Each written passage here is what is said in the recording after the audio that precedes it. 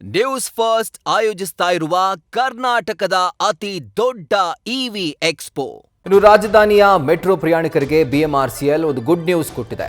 ನಾಳೆಯಿಂದ ಜಾರಿಗೆ ಬರುತ್ತೆ ಅಂತ ಹೇಳಲಾಗ್ತಾ ಇದ್ದಂಥ ಮೆಟ್ರೋದ ಹೊಸ ಪರಿಷ್ಕೃತ ದರ ಜಾರಿ ಆಗೋದಿಲ್ಲ.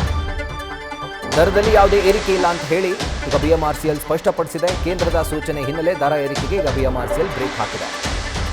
ಕೇಂದ್ರ ಸಚಿವ ಮನೋಹರ್ ಲಾಲ್ ಖಟ್ಟರ್ ಎಂಡಿಗೆ ಮೇಲ್ ಮಾಡಿರುವಂತಹ ಹಿನ್ನೆಲೆಯಲ್ಲಿ ಈ ಒಂದು ನಿರ್ಧಾರವನ್ನು ಬಿಎಂಆರ್ಸಿಎಲ್ ತಿಳಿದಿದೆ.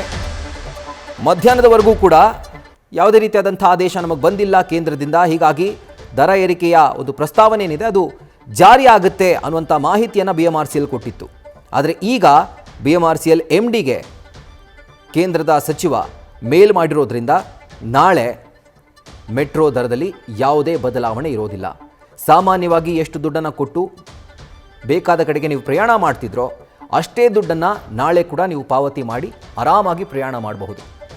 ಬಿಎಂಆರ್ಸಿಎಲ್ ಏನು ಪ್ರಸ್ತಾವಿಸಿತ್ತು ಹೊಸ ದರಗಳನ್ನು, ಅದನ್ನು ಈಗ ತಡೆ ಹಿಡಿದಿದೆ. ಹಾಗೂ ನಾಳೆಯಿಂದ ಮೆಟ್ರೋ ದರದಲ್ಲಿ ಏರಿಕೆ ಇಲ್ಲ ಅನ್ನುವಂತಹ ಸ್ಪಷ್ಟನೆಯನ್ನು ಖುದ್ದಾಗಿ ಬಿಎಂಆರ್ಸಿಎಲ್ ಎಂಡಿ ಈಗ ಕೊಟ್ಟಿದ್ದಾರೆ.